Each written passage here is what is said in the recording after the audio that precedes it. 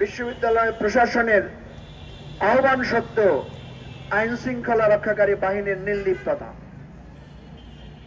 আপনারা দেখেছেন বিশ্ববিদ্যালয়ের প্রভিসি, বিশ্ববিদ্যালয়ের প্রক্টর আহাজারি করে বলেছেন ওনারা বারবার সাহায্য চেয়েছেন, কিন্তু প্রশাসনের পক্ষ থেকে সাহায্য পান নাই। চট্টগ্রাম বিশ্ববিদ্যালয় যেহেতু একটা শহর থেকে দূরে একটা গ্রামের মধ্যে, রাজশাহী বিশ্ববিদ্যালয় শহরতলিতে, জাহাঙ্গীরনগর বিশ্ববিদ্যালয় একটু গ্রামাঞ্চলে, এই সমস্ত বিশ্ববিদ্যালয়গুলোতে স্থানীয় লোকালয়ের সাথে একটা ঝামেলা আমরা সবসময় দেখি, এটা হয়।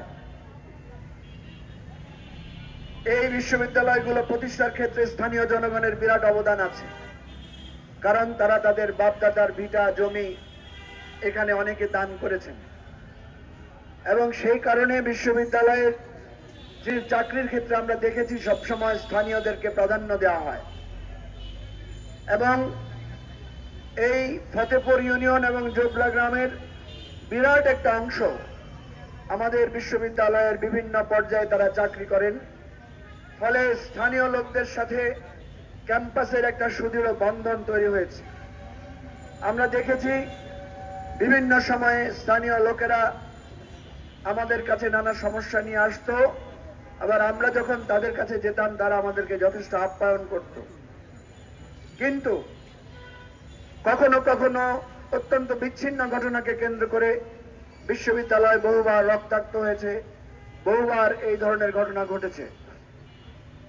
কিন্তু আমরা অবাক হয়ে দেখলাম এবারে যে ঘটনাটি ঘটেছে সেটা অতীতের সমস্ত ঘটনাকে ম্লান করে দিয়েছে, এবং বোঝা যাচ্ছে যে এখানে শুরুটা হয়েছিল অত্যন্ত ব্যক্তিগত একটা বিষয় নিয়ে, কিন্তু ধীরে ধীরে এটাকে কেউ বা কারা এটাকে আস্তে আস্তে রাজনৈতিক রূপ দিয়েছেন।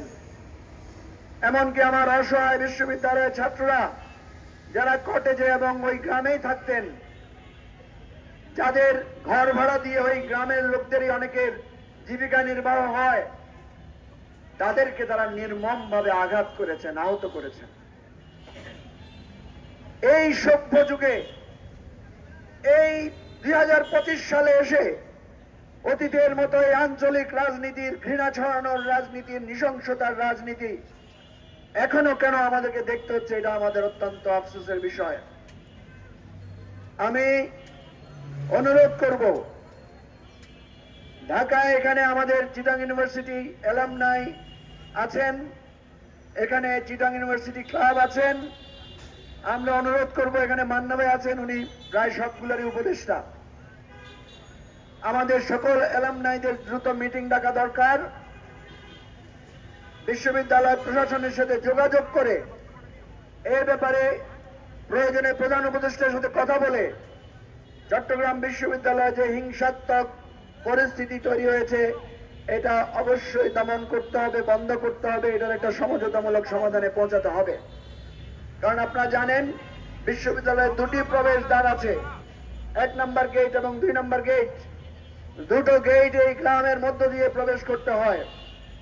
সুতরাং এই সন্ত্রাস এবং এই ধরনের যদি আঞ্চলিক জিজ্ঞাসা অব্যাহত থাকে তাহলে এটা আরো ভয়ানক পরিস্থিতি সৃষ্টি করতে পারে।